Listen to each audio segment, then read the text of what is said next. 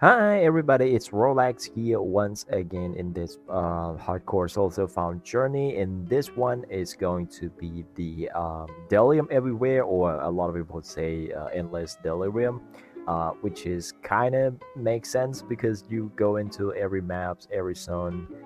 There's gonna be a Delirium fog in there, but yeah, there's some zone that there's no fog, but well, we don't really want that, because this event is about getting delirious, And yeah, I've been playing for a little bit. I had a late start, so my character it's not really in map yet.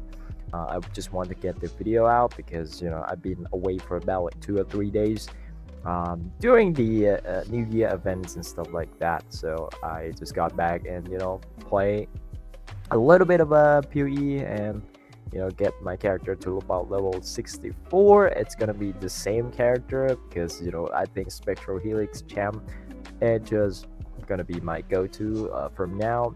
I did try out the chatter early on because at level 12 I think, because you get so much currency, you get so much transmute early on, because rare drop, because the reward from Delirium. So I tried the chatter, and then I found out that well, chatter is kind of sucks leveling with. So I probably if I would ever swap to chatter, um, when the best time to do it, it's probably about around level 31 when you can use second wind on your entering cry and all your what's this intimidating cry, and you could probably fit in some rolling cry. But if you use rolling cry, you probably want to use some sort of hero purity to get your minions, get your allies and stuff like that.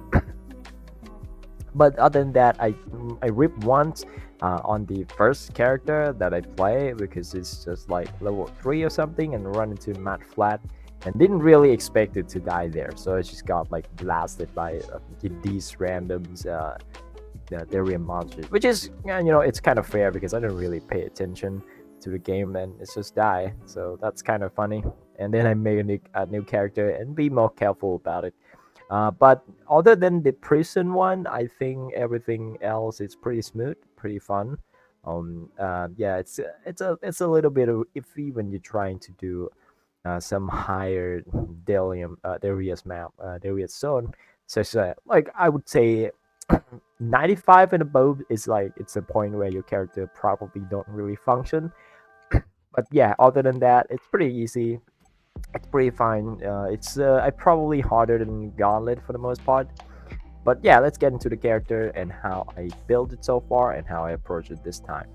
The character it's level 64. It's named Relax. Yep, because the other character that has the name died, so I don't really care bother replicate the same name.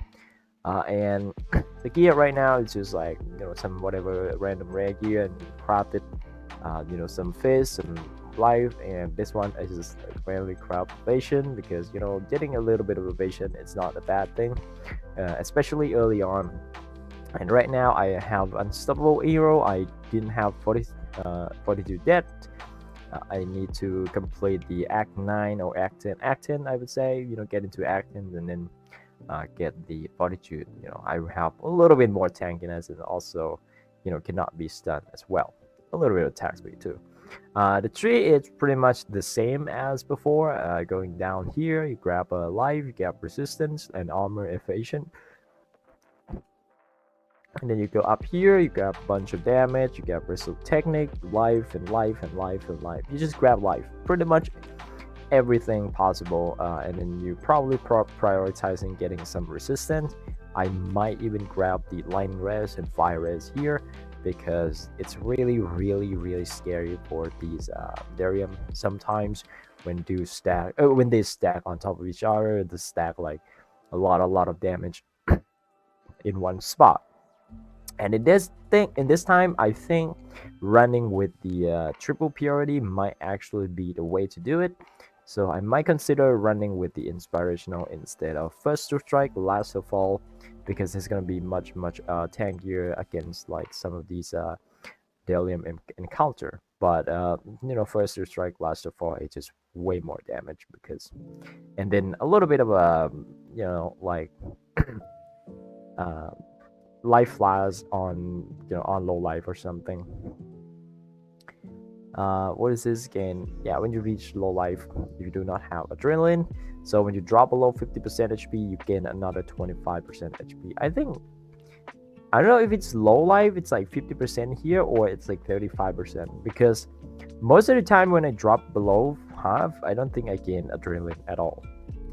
I don't know, maybe it still worked. After you've been hit for about 90, 30, 65% of your HP or something, and then you drop down to about 35%. I don't know. And then the next couple levels probably gonna be life and armor, and maybe life there. Grab it, grab a bunch of life and stuff like that. And I'm probably gonna go up and grab the potion. If I were gonna stack the purity, I need this node. Like I really need this one. But I don't know if I'm gonna do it. If I don't, then I can probably just stay around with the grace, like running grace and determination. They're both pretty nice, but we'll see how it goes. And I think this time I'm probably gonna run with 3 purity or even 2 purity, at least purity of fire and purity of lightning, because I think the cold damage one is not that scary. I think the fire one and then the lightning one is probably the most, I would say, the most dangerous one. Because lightning can shock you, and fire that has the tornado, like the fiery tornado one that deal a lot of damage when you stand still there. But that's gonna be it for the character. It's still using the same setup. I'm still using Falling, which is Spectral Helix, which is Projectile, Life Tap, and Impale. This is like your 4 link. If you want more damage, you can just chuck in some Brutality here instead of Life Tap, but then you probably need to use Mana Flask. And I don't want to use Mana Flask. And that's it.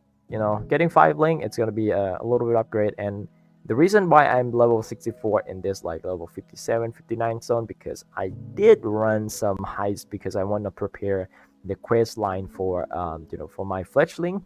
So I want to get fledgling before the event done, or before the event is over.